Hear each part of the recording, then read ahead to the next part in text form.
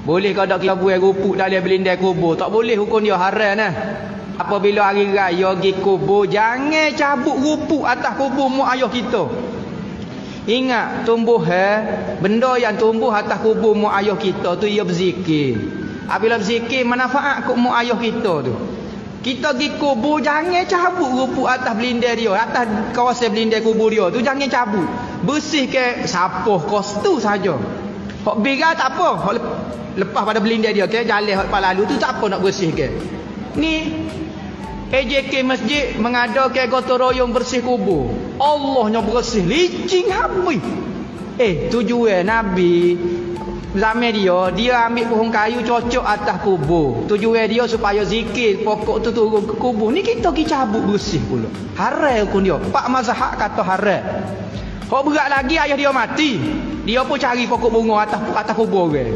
Ni satu masalah. Nyaita, pokok bunga kemboja kau. Nya cabut, ambil cocok atas kubur pok dia. Haram hukum dia, mencuri hukum dia. Jangan buat mudah-mudah kat kita nak wi kat ayah kita ni curi. Tolong sungguh.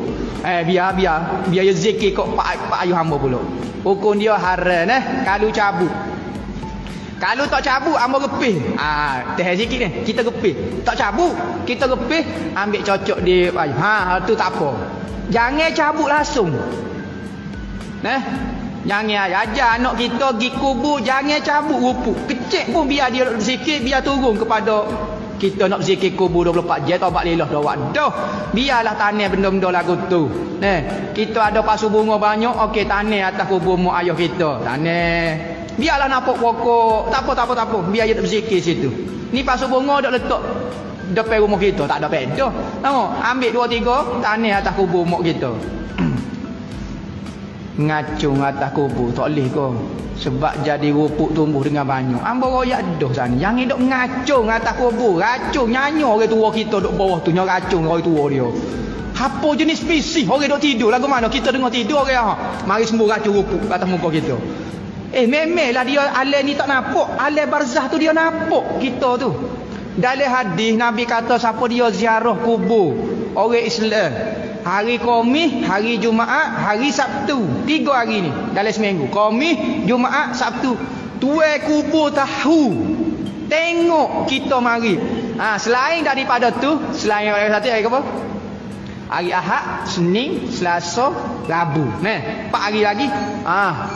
Roh tak ada situ. Roh si mati tak ada situ, dia duduk tempat dia. Kalau orang juruh, dia akan duduk di langit.